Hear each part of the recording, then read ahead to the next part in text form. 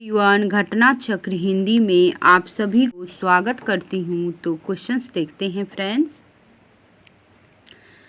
चिक्कर him मरकट भालू छलबल करहिम जेहि खल छिजहि। पंक्ति में काव्य गुण है, तो क्या आंसर होगा? इसका आंसर हो जाएगा बी, ओज गुण होगा। चिक्कर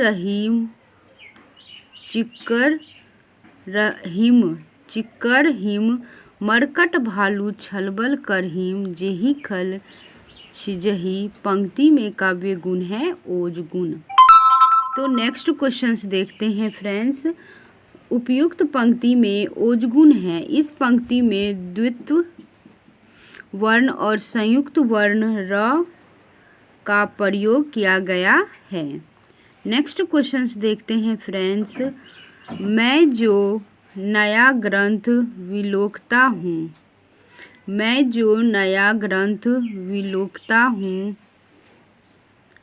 भाता मुझे सो नव मित्र सा है।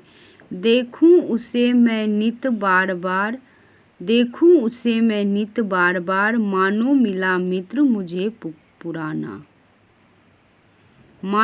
मित्र मुझे पुराना।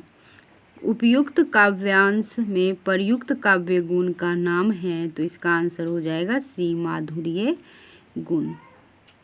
उपयुक्त काव्यांश में माधुर्य काव्य गुण प्रयुक्त हुआ है। माधुर्य गुण की परिभाषा कुलपति मिश्र ने इस प्रकार दी है।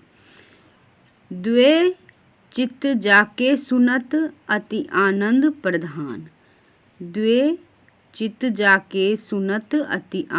प्रधान। सुहै मधुरता रसून क्रम प्रथम सरस की आन। चित्त को पिघलाने वाला जो आनंद प्रधान गुण है, उसको माधुर्य कहते हैं। चित्त को पिघलाने वाला जो आनंद प्रधान गुण है, उसको माधुर्य कहते हैं। यह संयोग श्रृंगार, करुण, विप्रलभ और शांत में क्रमशः बढ़ता जाता है। मधुर रचना की आवश्यकताएं इस प्रकार बतलाई गई हैं। ट, ठ, ड, ढ से भिन्न वर्ण आदि में अपने वर्गों के अंतिम वर्ण अरह, न, म से युक्त होने पर, जैसे मंच, कंच, पुंज, लुंज, चंबक इत्यादि माधुर्य के व्यंजक होते हैं। नेक्स्ट क्वेश्चन है फ्रेंड्स। कंकन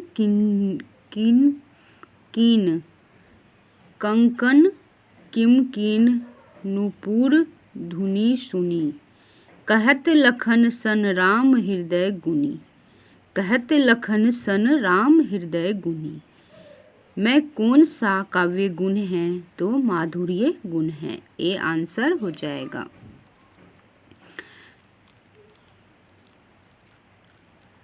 जिस रचना को पढ़ते पढ़ते अंतःकरण द्रवित हो उठे, वह रचना माधुर्य गुण वाली होती है। यह गुण संयोग श्रृंगार से करुण में, करुण से वियोग में, वियोग से शांत में अधिक अनुभूत होता है। कठोर वर्णों ट, ठ, ड, ढ को छोड़कर मधुर कोमल रचना माधुर्य गुण के मूल है। जैसे क से म तक के वर्ण, अरह के युक्त वर्ण, ह्रस्व र और न आदि। उपयुक्त पंक्तियों में घुंघरू की आवाज़ सुनकर श्री राम के मन में अनुराग पैदा होता है, इसीलिए यहाँ माधुर्य गुण है। निरख सखी ये खंजन आए, फेरे उन मेरे रंजन से, नयन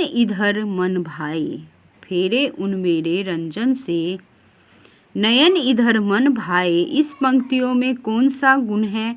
तो इसमें माधुर्य गुण है। इसका आंसर हो जाएगा बी, माधुर्य वह गुण है जिससे अंतःकरण आनंद से द्रवीभूत हो जाए। जब चित्तवृत्ति स्वाभाविक अवस्था में होती है तब रति आदि के रूप में उत्पन्न आनंद के कारण माधुर्य गुण युक्त रस के आस्वादन से स्वभावत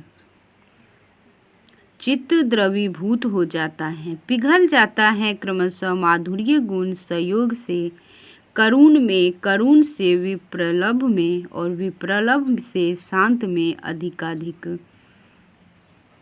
अधिकाधिक अनुभूत होता है। ट ठ ड ढ को छोड़कर क से म तक के वर्ण अरह में से युक्त वर्ण ह्रस्व र और न समास का अभाव या अल्प समास के पद और कोमल मधुर रचना माधुर्य गुण के मूल है। उपयुक्त पदों में नियमानुसार ट ठ ड ढ रहित स्पर्श वर्ण है और सानुसार पद है और समासाभाव है, अतः माधुर्य की व्यंजन है। नेक्स्ट क्वेश्चन है फ्रेंड्स, बिंदु में थी तुम सिंधु अनंत। बिंदु में थी तुम सिंधु अनंत, एक सुर में समस्त संगीत, एक कलिका में अखिल वसंत, धरा पर थी तुम स्वयं पुनीत। पंत इस उद्धरण में काव्य गुण है तो इसमें प्रसाद गुण है। इसका आंसर हो जाएगा बी।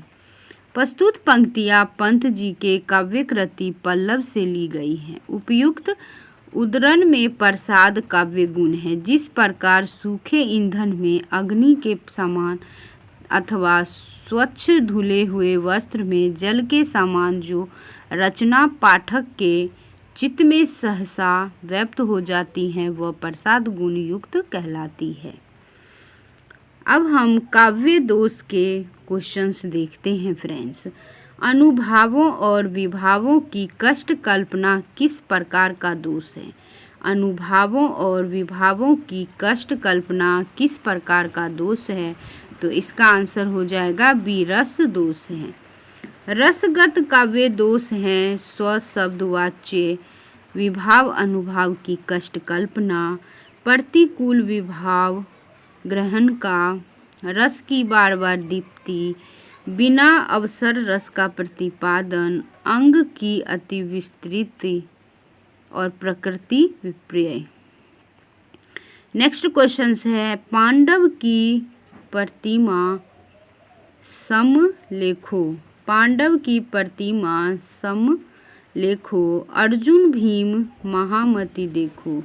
अर्जुन भीम महामति देखो, इसमें काव्य का कौन सा दोष है? तो इसमें कोई भी नहीं है, इनमें से कोई भी नहीं होगा, डी आंसर हो जाएगा। उपयुक्त पंक्तियां केशवदास की रचना रामचंद्रिका से ली गई हैं। वह पंचवटी का वर्णन करते हुए उपयुक्त पंक्तियों का उल्लेख करते हैं। इस काव्य में काल दोष है क्योंकि राम कथा त्रेता युग की है। इसमें पांडव कहाँ थे? पांडव कहाँ थे? कन कन क्वनित रनित निपुर थे। कन कन क्वानित कनित निपुर थे।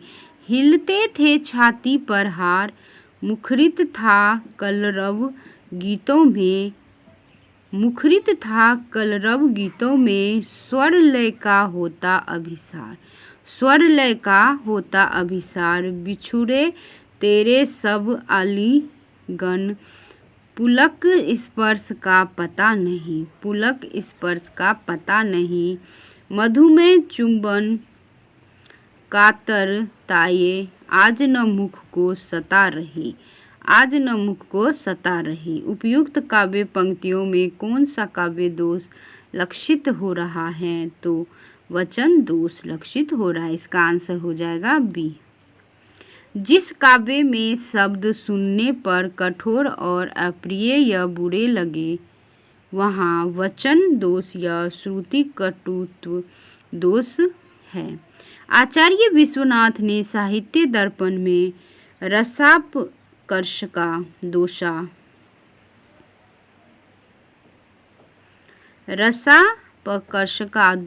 कहकर रस का अपकर्ष करने वाले तत्वों को दोष कहा है। मुख्य रूप से दोष 3 प्रकार के होते हैं: शब्द दोष, अर्थ दोष और रस दोष। श्रृंगार, करुण, शांत जैसे रसों के प्रसंग में कठोर वर्णों या शब्दों का प्रयोग करने पर वचन दोष होता है। उपयुक्त पंक्तियों में यही काव्य दोष है।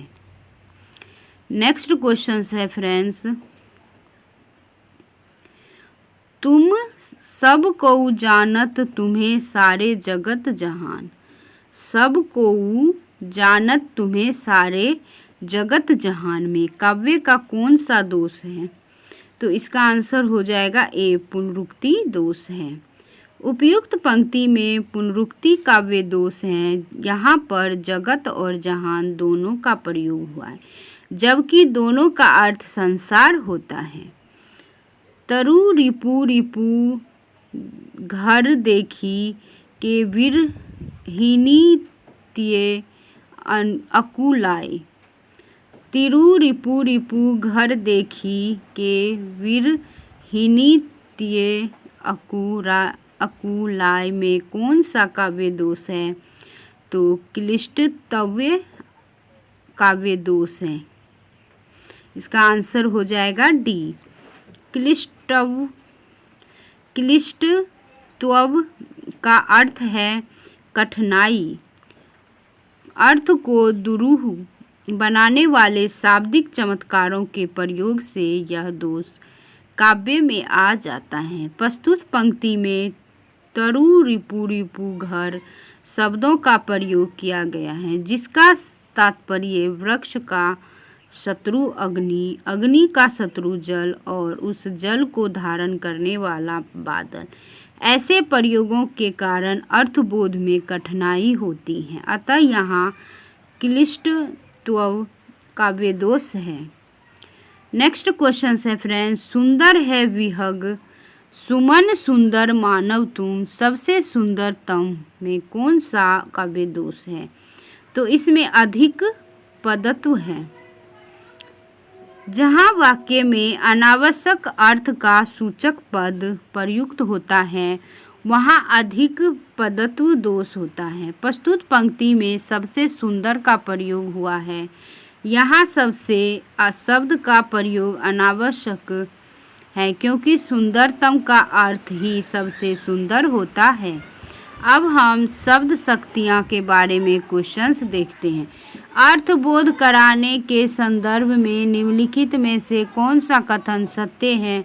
तो इसका आंसर होगा डी, लक्षणा व्यंजना दोनों शब्द शक्तियाँ अभिधा पर आश्रित होती हैं। नेक्स्ट, शब्द और अर्थ का शाश्वत संबंध है। गोस्वामी तुलसीदास ने शब्द और अर्थ को जल बीची के समान अभिन्न बताया। शब्द उच्चारण के साथ ही हमारे मन, कल्पना और अनुभूति पर प्रभाव डालता है। स्वादिष्ट व्यंजन का नाम लेते ही मुंह में पानी भर आना, शेर या सांप का नाम लेते ही मन में भय का संचार होना शब्द शक्ति है। अतः जिस शक्ति के द्वारा शब्द का अर्थगत प्रभाव पड़ता है उसे शब्द शक्ति कहते हैं।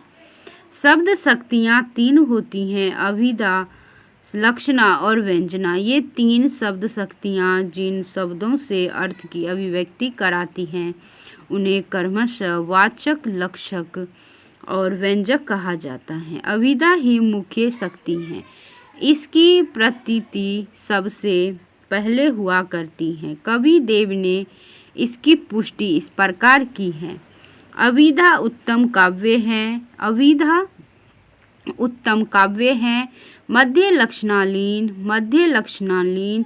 उधम व्यंजना रस विरस, उधम व्यंजना रस विरस। उल्टी कहत नवीन, उल्टी कहत नवीन।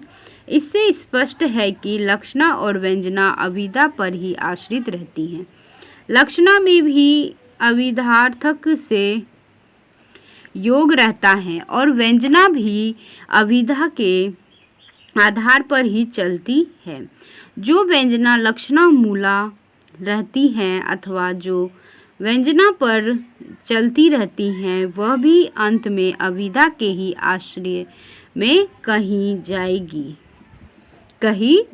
किंतु चमत्कार की दृष्टि से व्यंजना ही मुख्य है। ये जिन अर्थों का बोध कराते हैं उन्हें क्रमशः वाच्यार्थ और लक्ष्यार्थ और व्यंग्यार्थ कहा जाता है।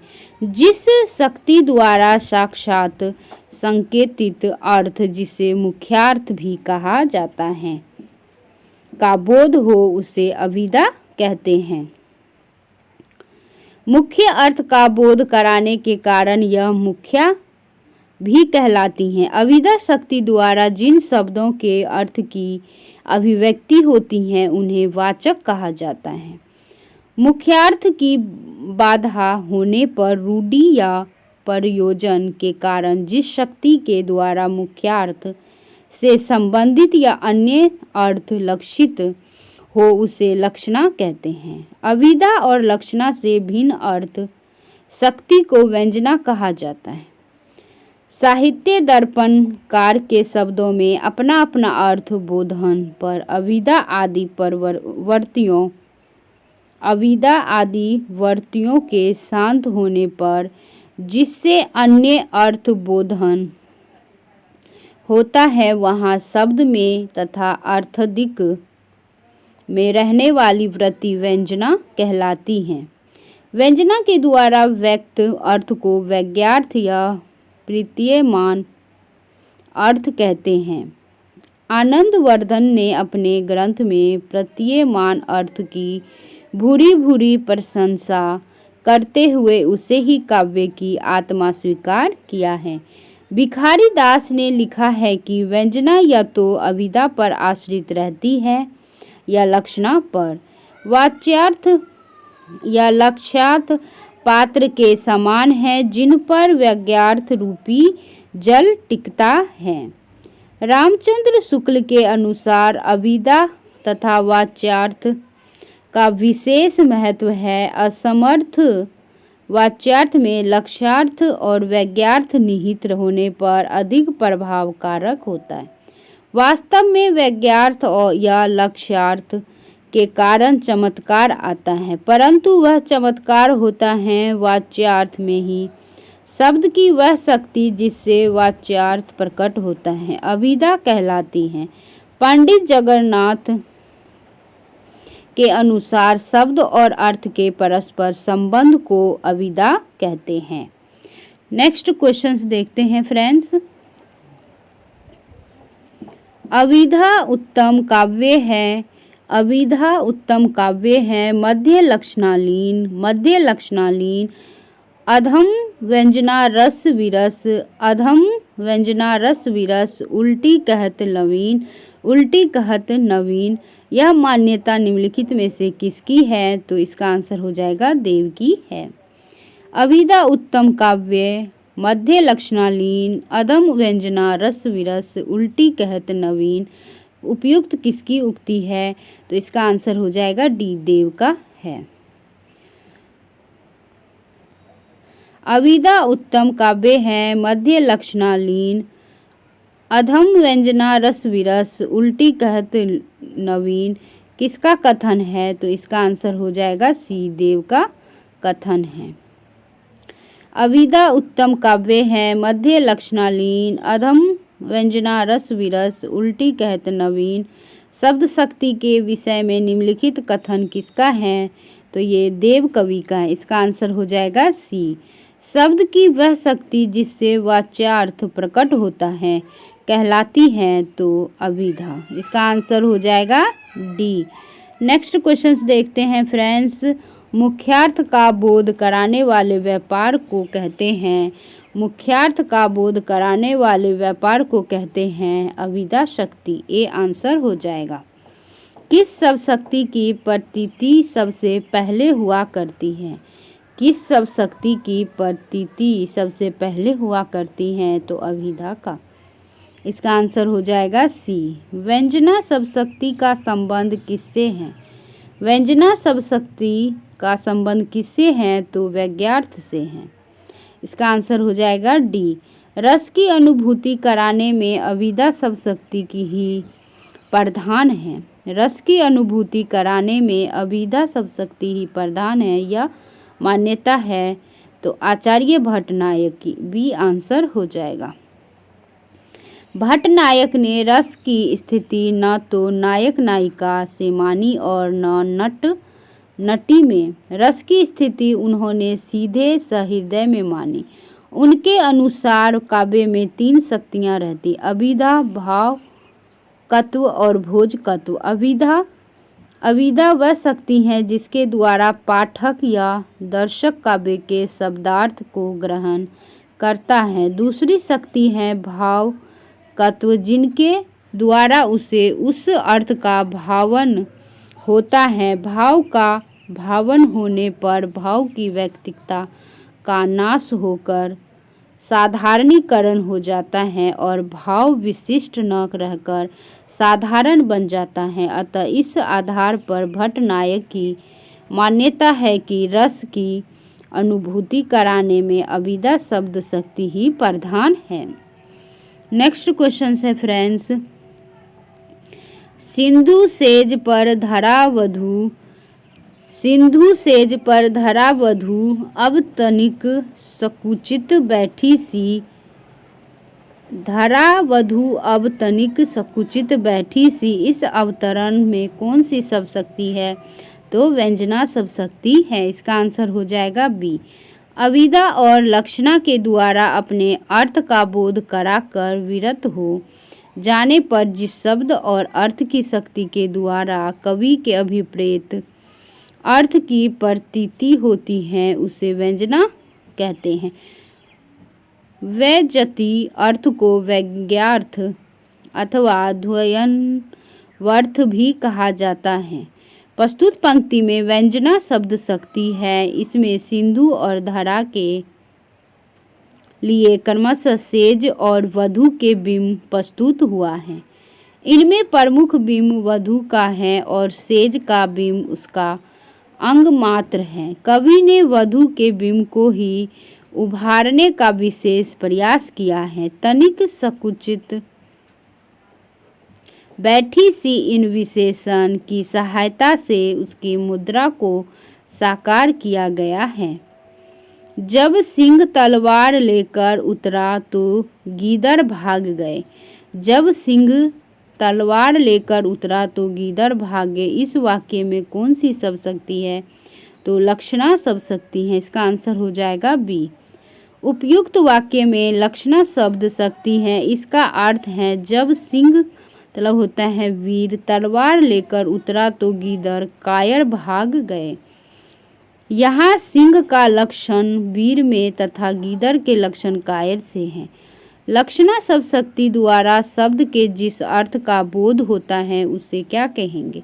लक्षणा शब्दशक्ति द्वारा शब्द के जिस अर्थ का बोध होता है उसे क्या कहेंगे?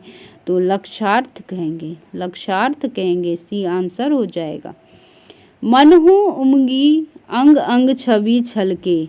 मनहु उमगी अंग अंग छवि छलके तुलसी की इस पंक्ति में कौन सी शब्दशक्ति है? तो लक्षणा शब्दशक्ति। इसका आंसर हो जाएगा बी।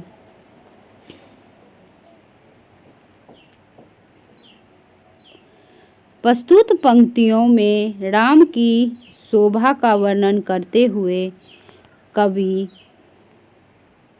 कहता है इस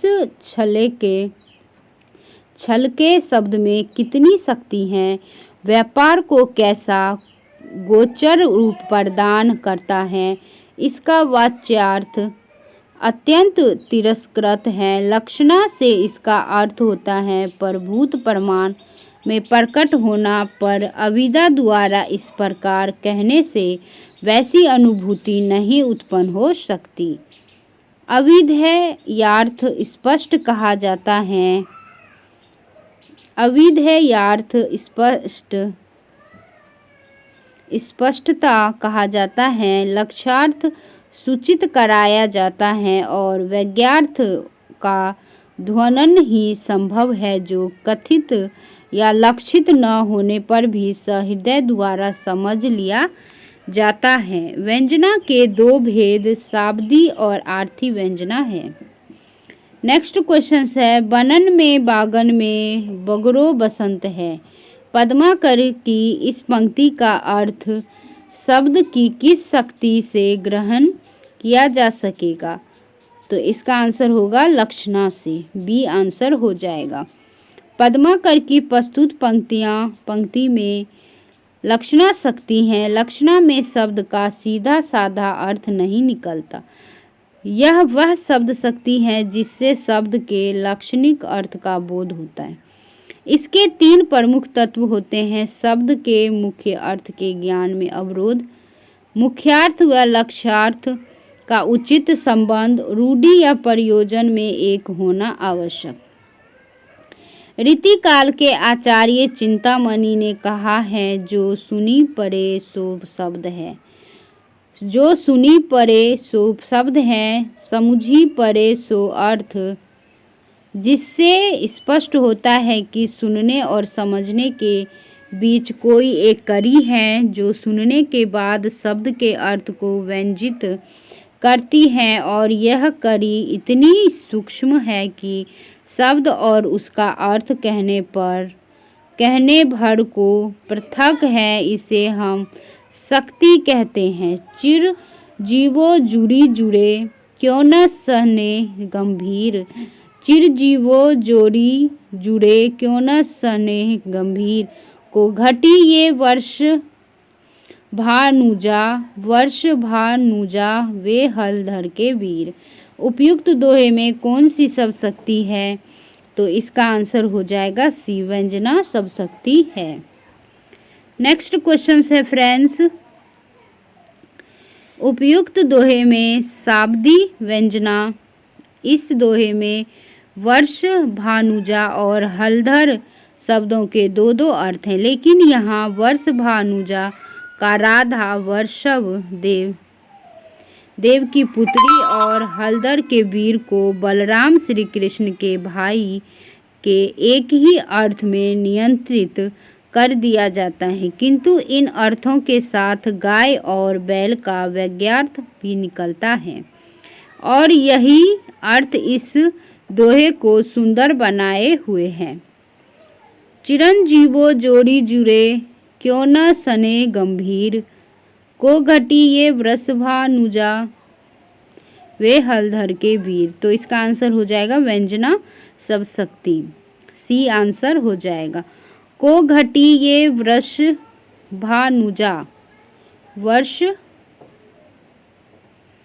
वे हलधर के वीर में कौन सी व्यंजना है? तो शब्द शाब्दी व्यंजना है, शाब्दी व्यंजना। इसका आंसर हो जाएगा ए। बाधा थी विधु को बांधा था विधु को किसने, इन काली जंजीरों से बांधा था विधु को किसने, इन काली जंजीरों से। प्रसाद की इस पंक्ति का अर्थ किस शब्द शक्ति से ग्रहण होगा? तो लक्षणा शब्द शक्ति से ग्रहण होगा। इसका आंसर हो जाएगा बी। जयशंकर प्रसाद की प्रस्तुत काव्य पंक्ति में लक्षणा शब्द शक्ति है। यहाँ केवल आरोप्यमान विधु उपमान का कथन है। जहाँ केवल उपमान का वर्णन हो और उपमेय लुप्त हो, वहाँ साध्य वासना गौणी प्रयोजनवादी लक्षणा होती हैं। वीडियो देखने के लिए friends thank you so much. अगर चैनल को सब्सक्राइब नहीं किया हो तो प्लीज़ चैनल को सब्सक्राइब कीजिए, क्योंकि ये वीडियो आपके लिए बहुत ही यूजफुल है। वीडियो देखने के लिए थैंक यू सो मच।